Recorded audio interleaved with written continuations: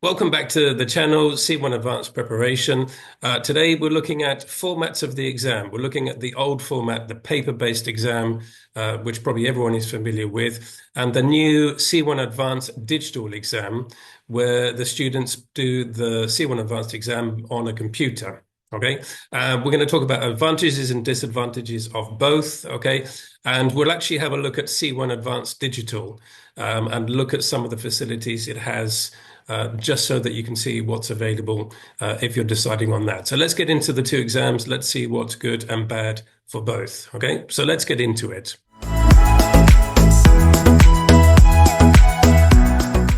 So let's talk about, first of all, the paper-based exam. This is going to be a format that everyone's familiar with because we've been to school, we've done our exams, and they were all, I'm sure, were sort of paper-based. You had to sort of physically write out your answers, read from a piece of paper, and probably at the end, you sort of had to write down answers, etc. Okay.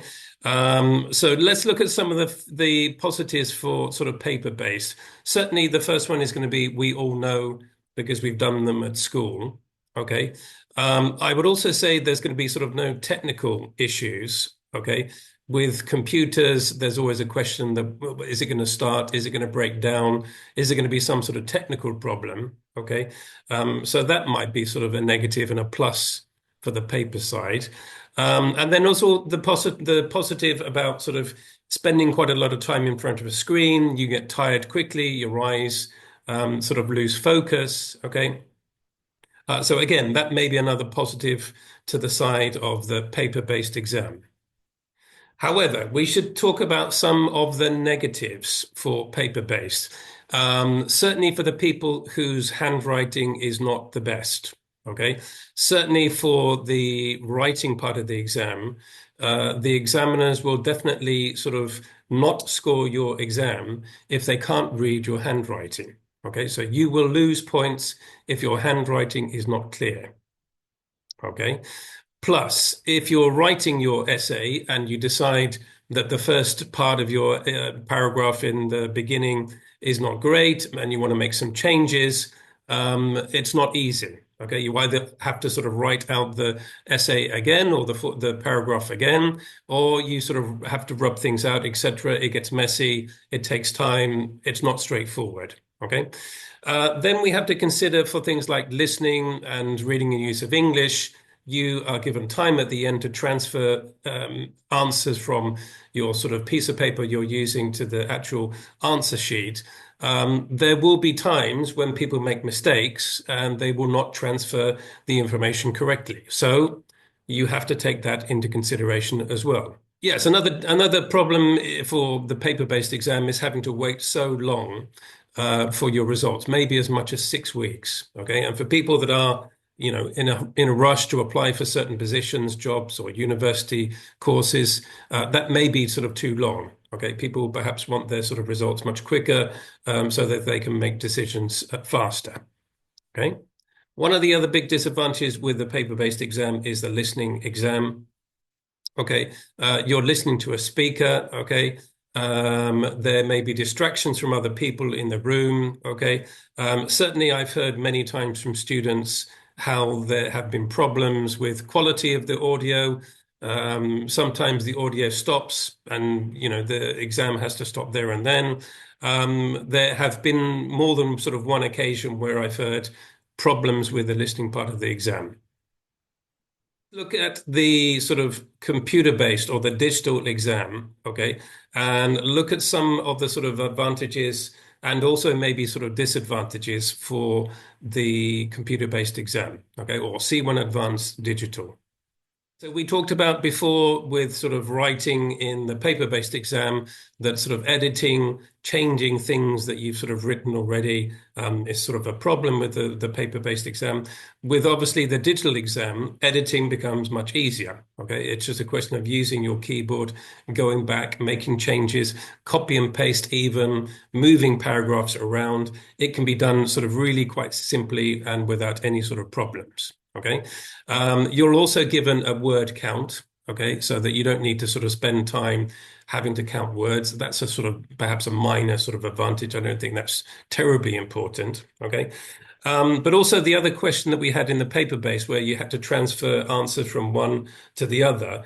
With the digital-based exam, it's not relevant, okay? Because all the information is on screen, it's put onto the screen, and there's no sort of problems with transferring A to B and sort of making mistakes. Okay. And for the listening exam, you get your own headphones, so there's no problem about sort of quality of audio. Okay.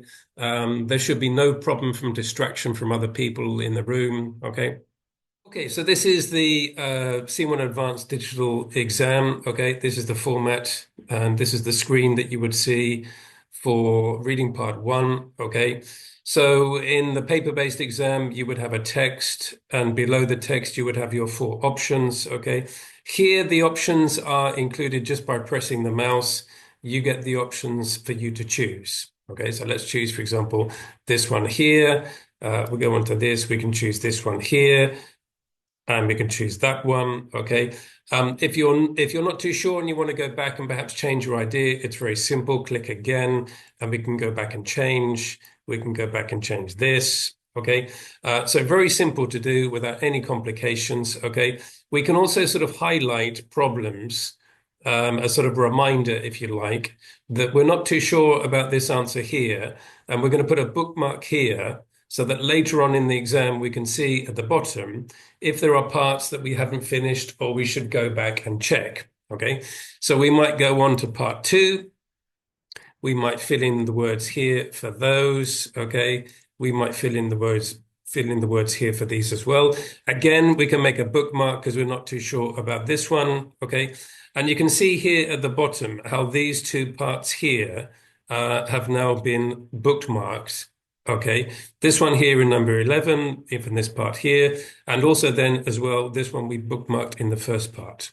Okay, so you can look very quickly and see, yes, I've got to go back, I've got to do those, check them again. Okay, and then for the reading, we can sort of highlight text very simply, holding down the mouse and then just highlighting that. Okay, we can then get rid of that highlight. We don't want to see it anymore. We can make our choices here for the answers that we want. We can scroll up for the next question. We can scroll up for the next part of the text, so we can see those side to side. Okay, so very simple to do, and simply to change your answer if you want to go back and change if you're not too sure. Okay, if you look, for example, in part 7, where you have to sort of put text back into a text. Okay, so gap fill is what they call it in the exam. We can actually physically pick this up and put this in the space, and now automatically we have our part here into the gap. Okay, if we're not too sure if it's the right one, we can put it back and we can choose another one. Okay, so very simple to do without any complications whatsoever. And for the writing exam, again, very simply, we can write our answer here. Okay, and we can sort of pick that up. We can copy it, paste it. We'll copy that, and we'll paste it here. Okay, so very simple to do something like that. Okay, if we're not too sure about the first part, then we can just get rid of it. Okay, so very straightforward, very simple. Editing here, obviously, there is a great advantage for doing so. Okay, again, we can sort of bookmark different things. We can make notes as well on the side. If you want to make notes, it's possible to do that here. Okay, so those facilities are available as well. And we also have the facility to sort of change fonts, change the contrast. They also give you that ability here, so you have that facility. Okay, there are some points here we should consider as well. The speaking part of the exam is the same for both the paper-based and the digital exam. Okay, you will be talking to an examiner face to face. Okay, it's not a Zoom call in the digital exam, it's physically with an examiner. So that does not change. Okay, The other thing you have to consider is that the digital exam perhaps is not available in all exam centers. Okay. It may be that you have to talk with the exam center, and maybe the digital format is not available. So, what conclusions can we make? Well, if you're a traditional kind of person, you like pen and paper, you like physically underlining text, okay, then paper-based exam is sort of the way to go. You just need to consider that it's going to take you some time to get your results. Okay.